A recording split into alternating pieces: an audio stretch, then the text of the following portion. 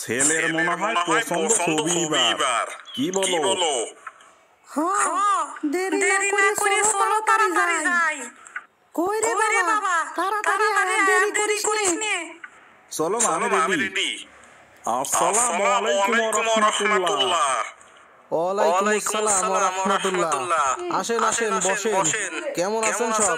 ভালো তো? জি আলহামদুলিল্লাহ, সব ভালো। তো মেয়ে কই? মেয়ে আনেন। জি এখনই নিয়ে আসতেছে। তা ভাইজান, মেয়ে তো মাশাআল্লাহ পছন্দ হয়েছে। তা ছেলে মেয়েরা নিজেদের মধ্যে কথা বলে নিলে ভালো হয় না? হ্যাঁ ভাই, ঠিকই বলেছেন। তাহলে ওরা পাশের ঘরে যা কথা বলে আসুক। আপনি আমাকে আপনার ইচ্ছা মতো প্রশ্ন করতে পারেন। আপনার শিক্ষাগত যোগ্যতা কি?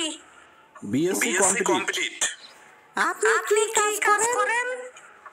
একটি কোম্পানিতে চাকরি করতেছি বর্তমান। আপনার বন্ধু-বান্ধব কতজন আছে? কোনো বান্ধব তো নেই, কিছু বন্ধু আছে।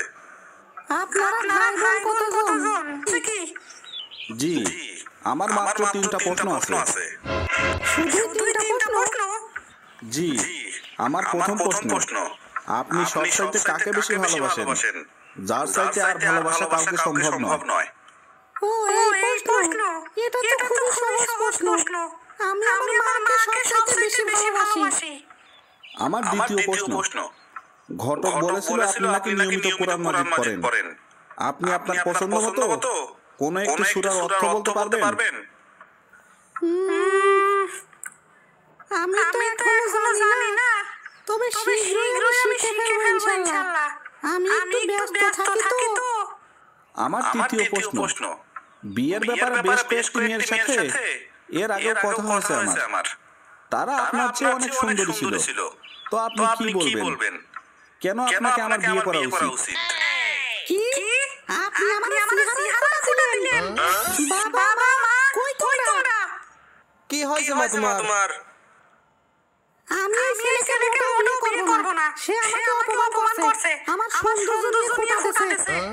আচ্ছা, না করলে তুমি। এখন শান্ত হও। আচ্ছা রফিক, তুই মেয়েটারে কি বলেছিলি যে মেয়েটা এভাবে রাগিয়ে গেল?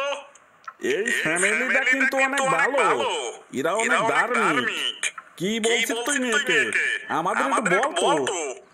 বাবা, আমি প্রথমে তাকে প্রশ্ন করছিলাম যে তুমি সবচেয়ে বেশি কাকে ভালোবাসো? সে বলল সে তার মাকে সবচেয়ে বেশি ভালোবাসে। তাই এত ভুল কি বললো? ঠিকই তো বলছে।